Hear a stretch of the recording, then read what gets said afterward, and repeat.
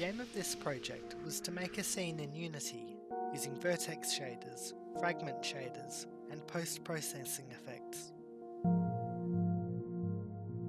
Making the water in our scene required displacing the vertices.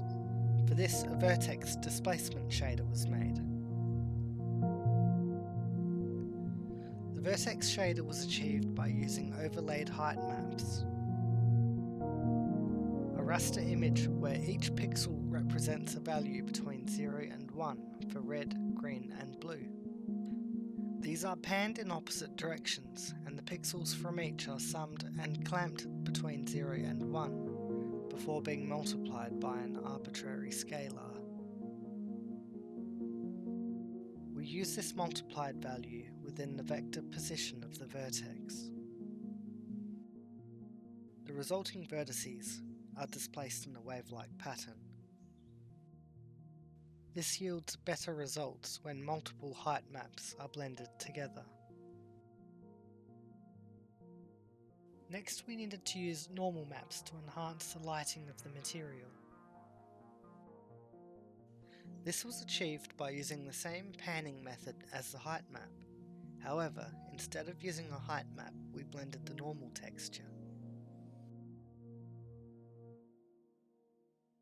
A normal texture contains the lighting information, such as light direction, and gives us additional surface details. We apply an arbitrary strength scalar to the normal strength, and then blend the two normal textures together. This process sums the red and green values by swizzling the X and Y components of the pixel. The Z or blue component is the product of both textures.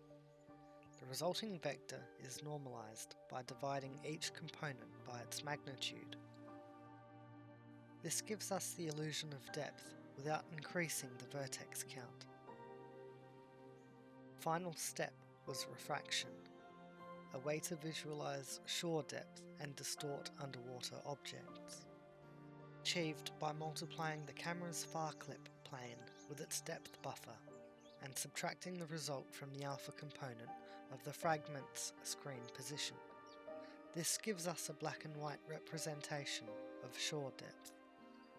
For the distortion effect, we combine a normal map with the X and Y coordinates of its screen position.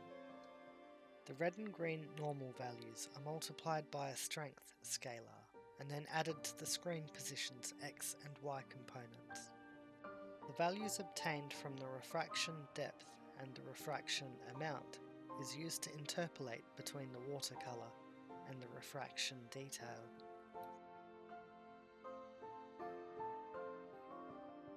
After finishing the water, I decided to experiment a bit with shader graph to see what I could make.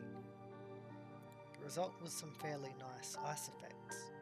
By interpolating the opacity when blending normal maps, along with the smoothness of the material, we can achieve some very nice ice effects.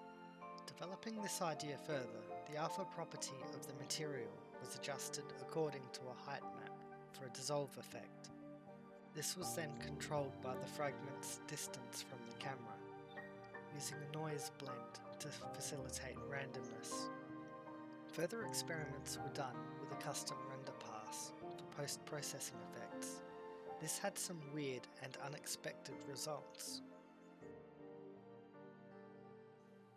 This is the finished product.